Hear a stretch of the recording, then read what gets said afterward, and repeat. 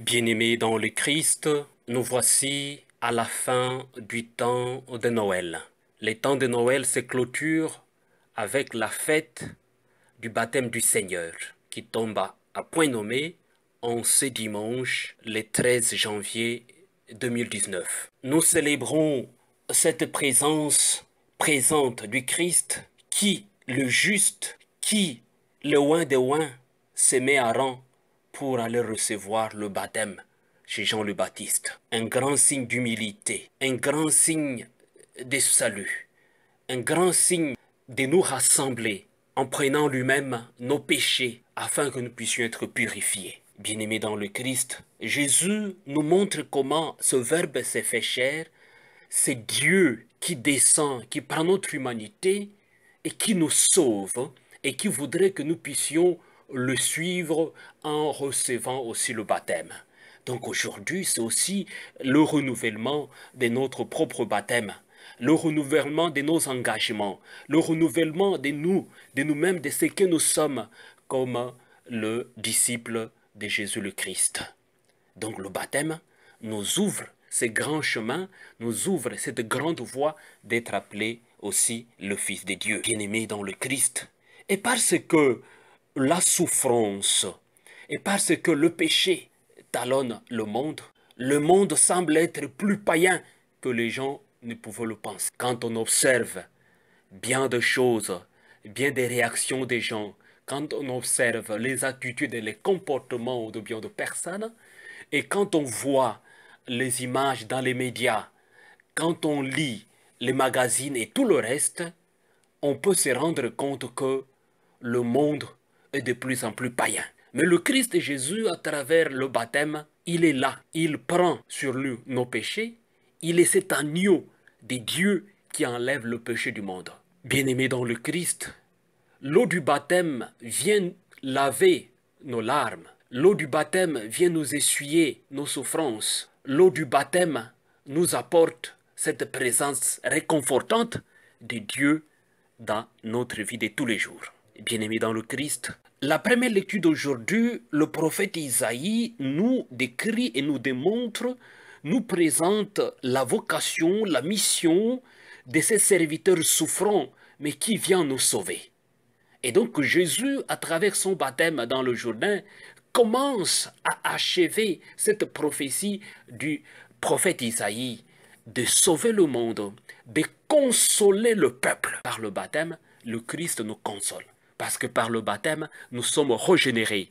Par le baptême, nous recevons une vie nouvelle. Par le baptême, nous mourrons de nos péchés pour ressusciter avec le Christ, pour renaître avec le Christ, pour devenir l'homme nouveau avec le Christ, bien-aimé dans le Christ. Célébrons ce baptême. Le Christ nous rappelle une chose. Le Christ nous rappelle notre propre responsabilité, notre propre mission comme chrétiens, comme faisant partie du Christ, comme les autres Christ. À travers le baptême, Jésus nous rappelle que nous devons prendre notre mission en main. Jean le Baptiste, lui, il a pris sa mission en main comme précurseur, comme cette voix qui crie dans le désert. Préparez le chemin du Seigneur. Aplanissez complètement, bien arrangé, macadamisé toutes les routes de vos cœurs. Recevez le baptême de repentance. Recevez cette grande joie qui vient du Seigneur lui-même. Et Jean le Baptiste le dira, moi, je vous baptise avec de l'eau, mais il vient celui qui est plus fort que moi. Je ne suis pas digne de dénouer la courroie de ses sandales. Lui, il vous baptisera dans l'Esprit Saint et dans le feu. Que signifie l'Esprit Saint? L'Esprit Saint nous décrit ce choix, cette élection divine. C'est la vérité. Dieu qui est vérité.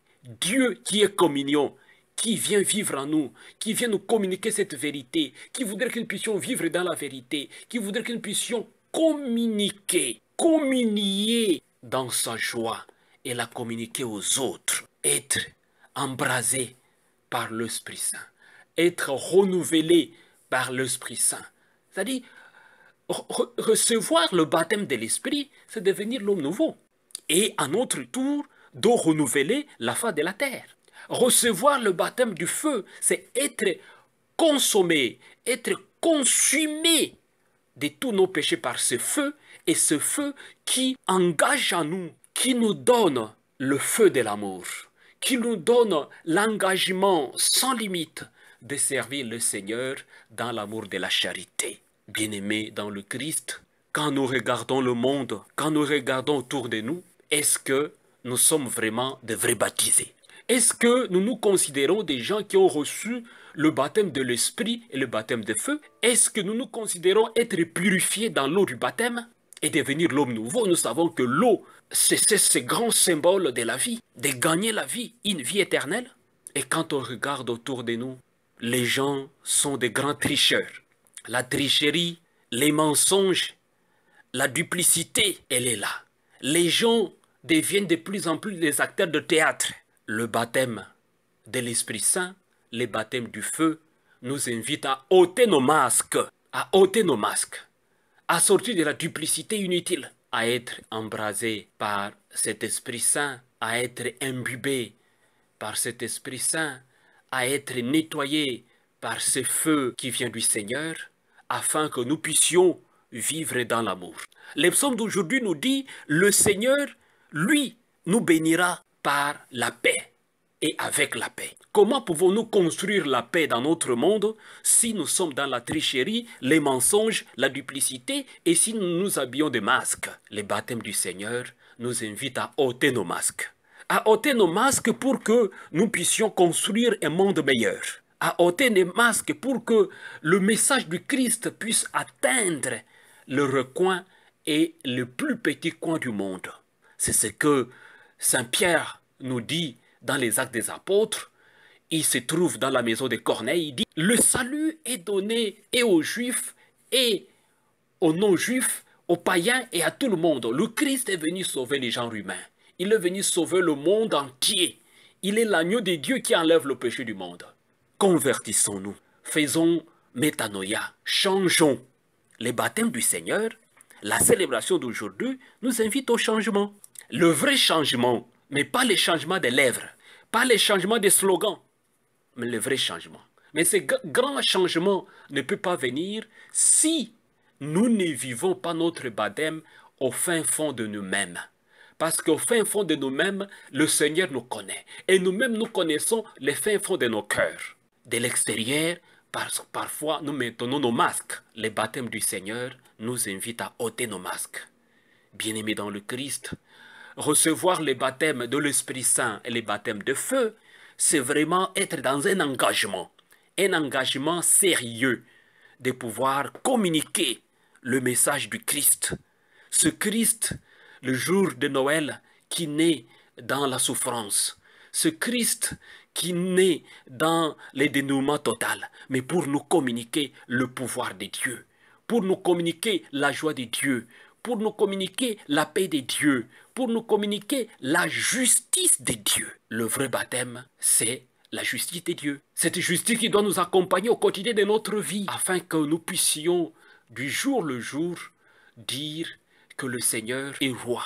Il est habillé de magnificence, de l'esprit, pas de magnificence de cette terre. Il est habillé d'un grand réconfort de l'esprit, le grand réconfort d'humilité, le grand réconfort de la sagesse, le grand réconfort de la purification qui nous purifie de nos péchés, de nos souffrances, et il nous donne ce grand pardon, le pardon de Dieu qui s'accompagne avec la justice de Dieu. Bien-aimés dans le Christ, nous sommes tous appelés à nous renouveler dans l'Esprit Saint, dans le feu de Dieu. Que notre baptême soit un réel engagement, non pas un théâtre, un réel engagement où nous donnons promesse au Seigneur de le suivre dans la vérité et dans l'amour.